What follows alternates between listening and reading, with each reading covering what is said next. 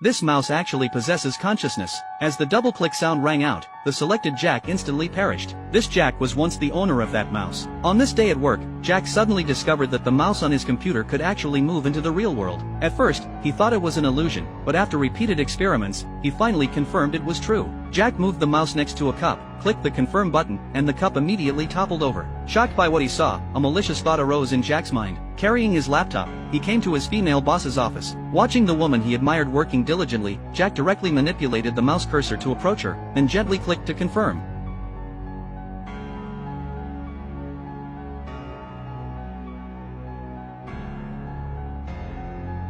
To further test the mouse's capabilities, Jack found his good friend John. John suggested trying to change the text on the bank's signboard, and surprisingly, the modification succeeded. This gave Jack a brilliant inspiration. Jack immediately returned to his office and picked up his leave request form. He modified the form, which had been signed by his boss, into a promotion and salary increase notice. Looking at his masterpiece, Jack could no longer contain his wild joy. Just as he was about to share the good news with his best buddy, he suddenly bumped into a colleague. It was a small matter, but now, with the magical mouse in his possession, Jack decided to take revenge. He went to the rooftop, opened a photo editing software, selected his colleague's car, and pressed the delete key. The colleague discovered that his car had disappeared, leaving only a toy model of the same make in its place. Seeing this scene, the two were so excited they could hardly contain themselves. John asked Jack to try blocking the windows on the wall, so Jack copied a section of the wall to cover the windows. This mouse was simply omnipotent. John began to envision their bright future. Suddenly, Jack had a bold idea. While John was off guard, he secretly selected John and pressed the delete key.